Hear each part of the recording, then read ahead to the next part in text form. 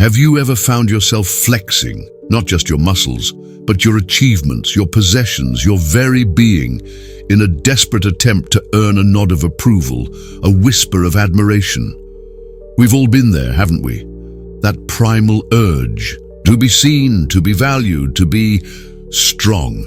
But what if I told you that the very act of trying too hard to project strength can ironically reveal something far more vulnerable? Think about it. That colleague who constantly name drops important connections, the friend who always has to one-up your stories, the online persona meticulously crafted to showcase an unattainable level of perfection. What's the underlying message beneath the bravado? What are they really trying to communicate? Today, we're diving deep into a profound observation, a timeless piece of wisdom from the astute mind of Robert Greene. The more you try to impress people with your strength, the more they will see your weakness. It's a counterintuitive truth, a paradox that unravels the complexities of human perception and the delicate dance of social interaction. Prepare to have your understanding of strength, vulnerability, and genuine influence completely reshaped. Let's dissect this powerful statement. What does it truly mean to impress people with your strength? It can manifest in countless ways. It's the relentless pursuit of external validation, the need to constantly prove your worth through achievements, possessions, or sheer force of will. It's the carefully constructed facade of invincibility, leaving no room for imperfection or a doubt. We live in a world that often glorifies outward displays of power. Social media feeds are curated highlight reels, showcasing only the victories and the seemingly effortless successes. We are bombarded with messages that equate strength with dominance, with having more, being more, achieving more visibly. This creates a societal pressure, a subtle and sometimes not so subtle expectation to project an image of unwavering competence. And yet Greene's observation cuts through this noise like a sharp blade. He suggests that this very act of overcompensation, this desperate attempt to showcase strength, often stems from a deep-seated insecurity, a fear of being seen as inadequate. It's like shouting to be heard in a crowded room. The louder you yell, the more it reveals your anxiety about not being noticed in the first place. Think about the times you've encountered someone who constantly boasts about their accomplishments. Did it genuinely impress you, or did it perhaps trigger a sense of unease, maybe even a hint of suspicion? Did you perceive genuine confidence, or did it feel more like a desperate plea for validation? The human psyche is remarkably adept at detecting authenticity. We possess an innate ability to sense when someone is trying too hard, when their outward presentation doesn't quite align with their inner reality. This discrepancy, this subtle dissonance, is where the perceived weakness begins to emerge. Why does this happen? Why does the attempt to project strength so often backfire? There are several key psychological principles at play here. Firstly, overcompensation breeds suspicion. When someone relentlessly tries to prove their worth, it can raise red flags. We might wonder what they are trying to hide, what insecurities they are desperately trying to mask. The constant need for external validation suggests an internal void, a lack of self-acceptance.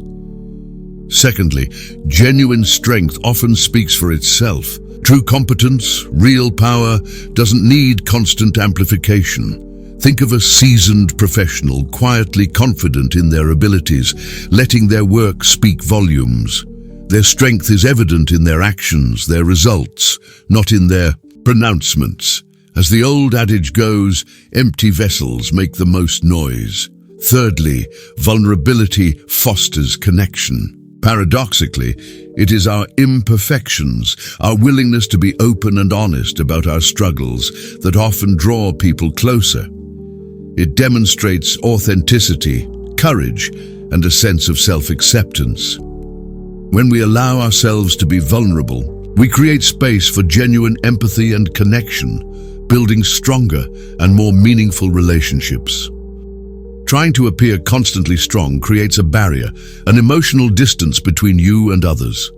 It signals a lack of trust, a fear of being truly seen. People may admire the facade, but they are less likely to connect with the person behind it. True influence comes not from intimidation or forced admiration, but from genuine connection and respect. Robert Greene, in his masterful works like The 48 Laws of Power and Mastery, delves into the intricacies of human behavior and the dynamics of power. He doesn't advocate for weakness, but rather for a nuanced understanding of true strength. He emphasizes the power of subtlety, the art of indirection, and the wisdom of allowing your actions to speak louder than your words. Consider some historical figures or contemporary leaders you genuinely admire. Their strength often lies not in their overt displays of power, but in their resilience, their integrity, their ability to connect with others on a human level. They are secure enough in themselves to acknowledge their limitations, to learn from their mistakes, and to show empathy towards others. Think about the subtle power of understatement.